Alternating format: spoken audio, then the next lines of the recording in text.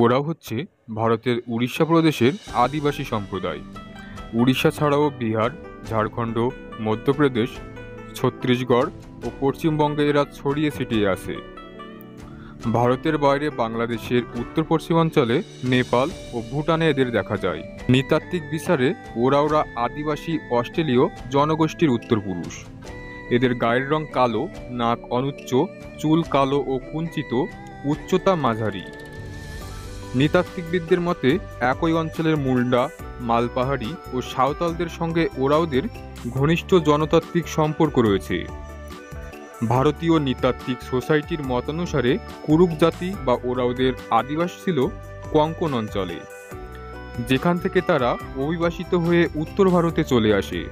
বাংলাদেশে 1881 সালে লোকগণনায় দেখা যায় যে উত্তরবঙ্গ ছাড়াও ময়মনসিংহ, চট্টগ্রাম ও নোয়াখালী জেলায় কিছু সংখ্যক ওরাও আদিবাসী রয়েছে। 1991 সালের আদমশুমারি অনুযায়ী বাংলাদেশে ওরাও জনসংখ্যা ছিল প্রায় 6000।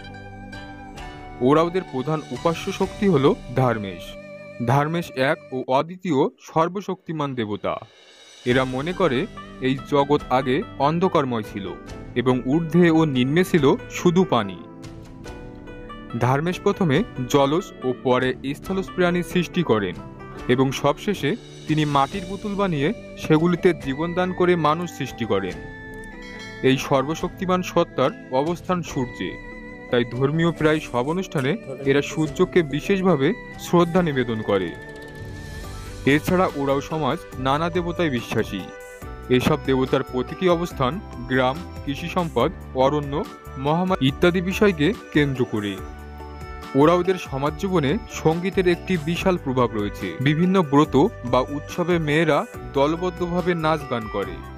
এদের বিবাহ পারিবারিক ব্যবস্থার মাধ্যমে হলেও পাত্রপাত্রীর মতামত প্রাধান্য পায়। এদের পোশাক অত্যন্ত সাদাসিধা। মেয়েরা মোটা শাড়ি পরে, ফুল এদের প্রধান অলঙ্কার।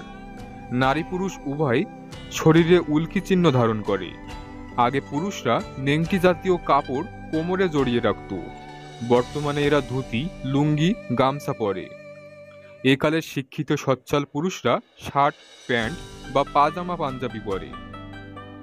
এদের প্রধান খাদ্য ভাত। ভাতের সঙ্গে শাকসবজি, মাছ বা মাংস আহার করে। এছাড়া ঘরে তৈরি মদ, কসাই তাদের প্রধান পানীয়। সাধারণত ভাত পচিয়ে কসাই তৈরি করা হয়।